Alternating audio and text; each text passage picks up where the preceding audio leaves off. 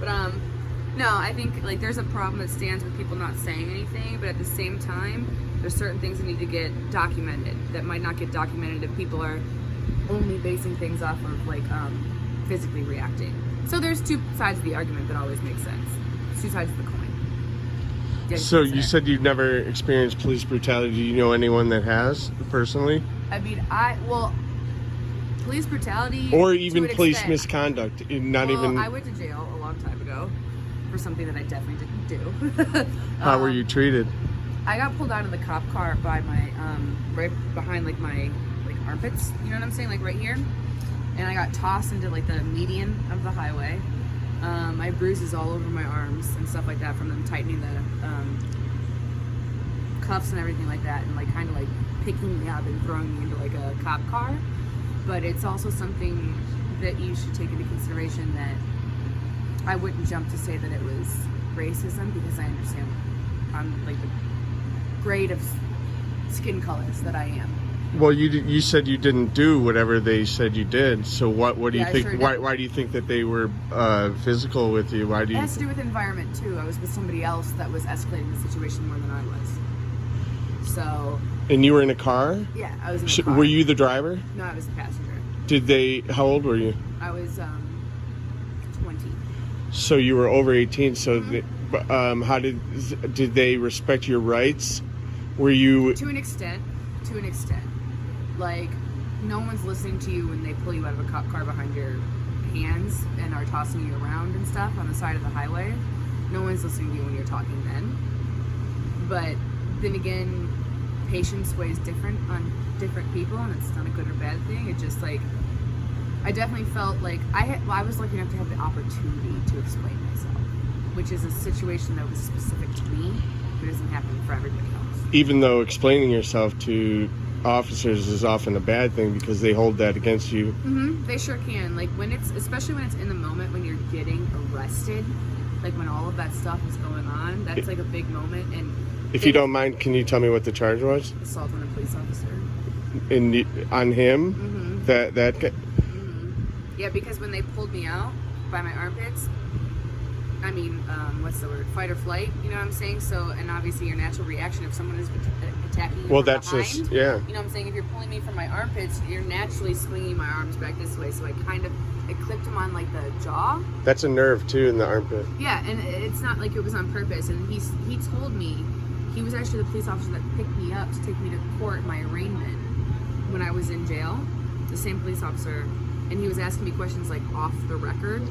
And he said that the only reason it got escalated as much as it did is because they saw a crowbar fall out of the car at the same time as me.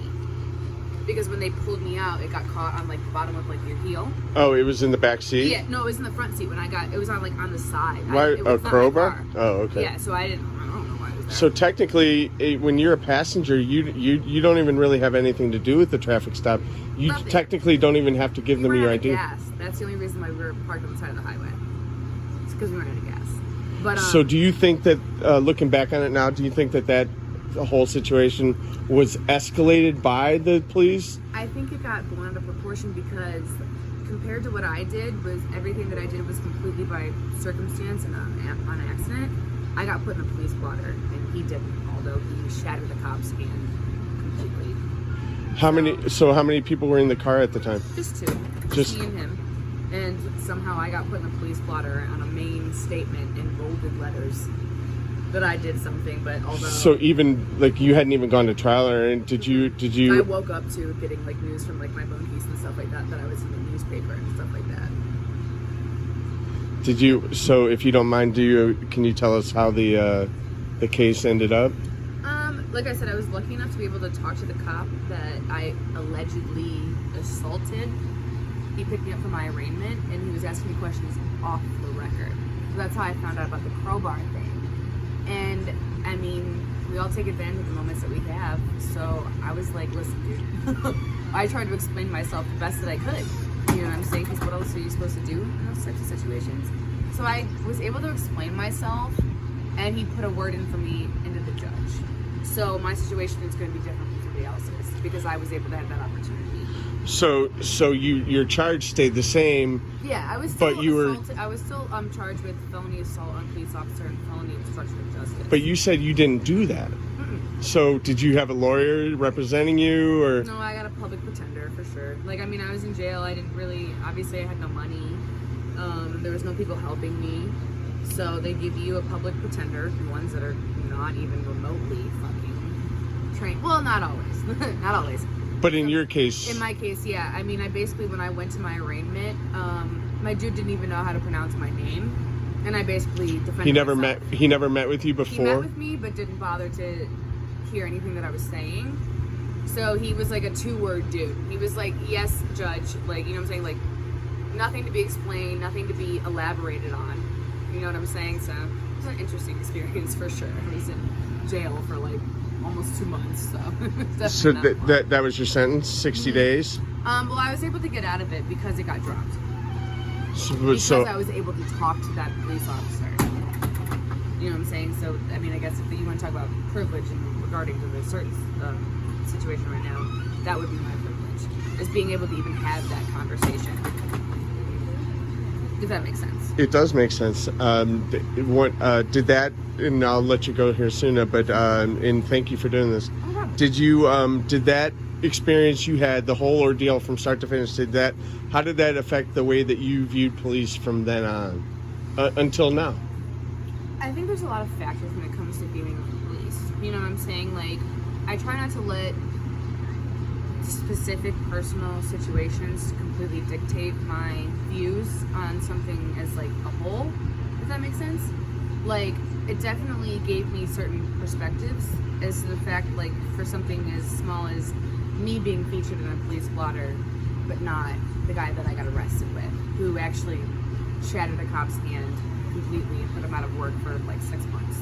You know what I'm saying? So that gave me a little bit of perspective, and it's just like, as somebody who is on a smaller scale, but still as a whole a member of the Black community, it's just something that you take stock of. You know what I mean? In this current day and like state, you can't always act on it, but then again, I understand that my upbringing is different, and I was adopted. You know what I'm saying? So I wasn't necessarily brought up in the same environment when it's just like fight or flight.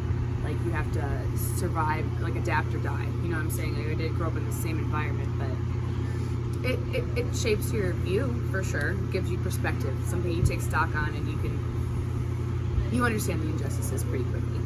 Do you feel like when you hang around other Black people, that they accept you as Black? Do you think that they what has been your experience? That's like a 50-50 thing.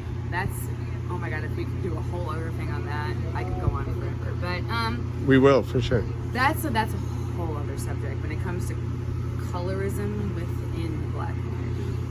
It's a whole other. Do you remember your first experience that you can like remember? Racism or anything? Or not racism, even like what acceptance, or whether or not you realized that you were white or Black, or do you remember thinking of what you were considered, like the first time you actually realized it? Like, am I white or Black, or am I both, or am I? Yeah, no, I remember it straight up. Like, it was. Can you I was give in, us a little? Middle school, and there was a kid. I won't say his full name.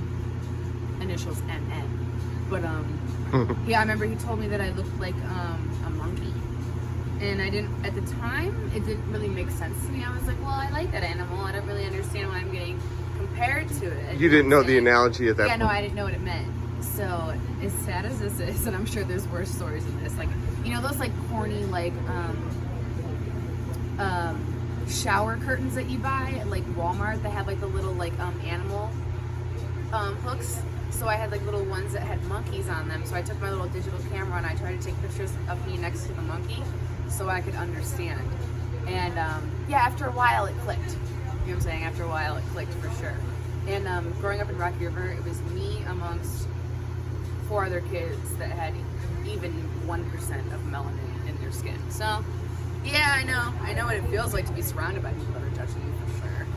Did you hear a lot of racial comments when Oh you? my God, yes. Especially from people that didn't know you were. Yes, that's the biggest thing about being mixed and passing as like maybe like Italian or Puerto Rican or something like that, is that you're literally a fly on the wall. Is that you hear so much. Was it as bad as hearing like the N-word a lot?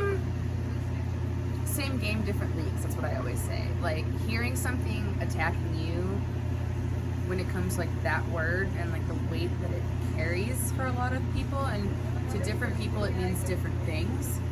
But in retrospect, it adds up to the same thing. Like for me, for example, when I hear racial slurs, it makes me think of like my dad. You know what I'm saying? And the time that he grew up in. Your my biological dad, and him trying to defend himself in the time that he grew up in. So everyone's minds kind of go to a different place. You know what I mean? So that's where mine goes when it comes to like racist comments, and you know, people like judging me. But I think I've always been at a point. My mom's made it very clear to me that I'm a part of the Black community, but I need to understand shade-wise my difference growing up. So, there you go. One last thing, and then I'll let you go. Okay. About tomorrow in the protest, are you going to be there? Do you feel it's important for you to be there, or do you feel like you? Oh yeah, I'll go. Oh, for sure. Okay. It's small or large, any step. What's that statement? The guy on the moon. One small step for man. One giant leap for mankind. Yes, exactly. So a small step, whether you Neil think Armstrong. Yeah, Neil Armstrong. Regardless of you think if it's ways or not, is a small step means more than no step. How do you think that it's going to go emotionally for you? I think unfortunately a lot of people have become jaded to it. So it's easy to show up. It's easy to show out, and also it's subjective. You think you'll watch the video before you go? I should. Like, frame for frame, I should have watched the whole thing. I think that I'm just, like, trying to, like, mentally prepare myself to, like, see it. Because, like, I'll cry at videos of dogs getting hurt, so, like, you know, which isn't absurd. But, you know what I'm saying? I have to just kind of, like, get myself ready to see it. So before a protest, I think it would be important for me to educate myself fully on the video before I go. You know what I'm saying? So that much I understand. But I'll be there. Well, I'd like to get you tomorrow after and get it before and after. Do you think that's okay? For sure. All right. Hell yeah. Thank you, Era.